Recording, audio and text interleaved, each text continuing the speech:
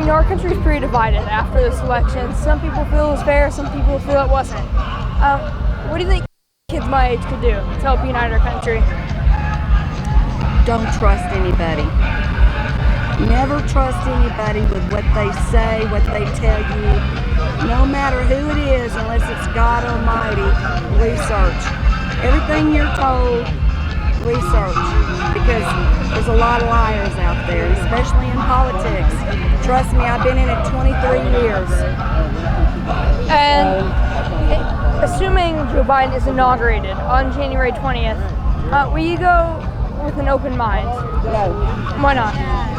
Because I'm in politics and I've worked the fraud in Georgia. Right. And I've got friends in other states that work for Donald Trump.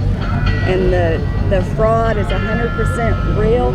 If we let it go, we put it under the rug, we've lost everything. If we let our vote, our elections get taken from us, it's gone. So we have to fight.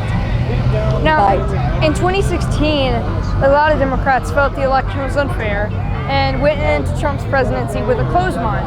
Do you think that hurt us as a nation, and could that repeat here in 2021? Say that again? Do you think that could repeat here in 2021? Yes, 100%. And I do believe that because we're so divided, if you look at all over the world throughout history, a country has never made it in this division.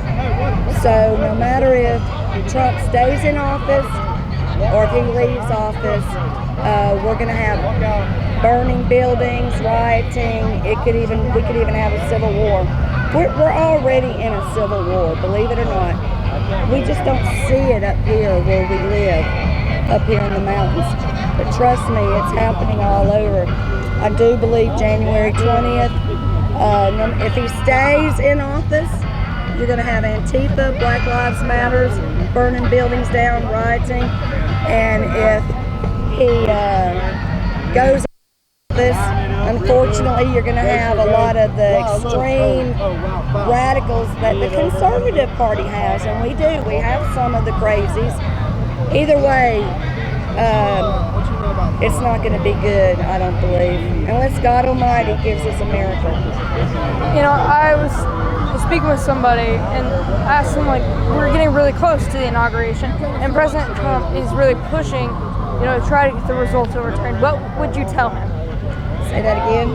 As we get closer and closer to Inauguration Day and President Trump is trying to push for the election results to be overturned, what would you say to him as advice?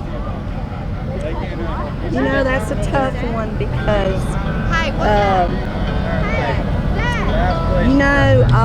at this point, you got to remember I'm in politics, so I see a lot of corruption.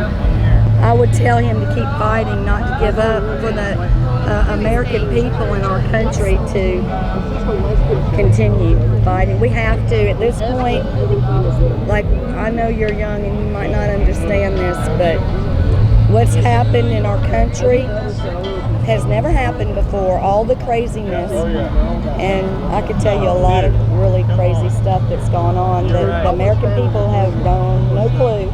No clue. The media's not said anything.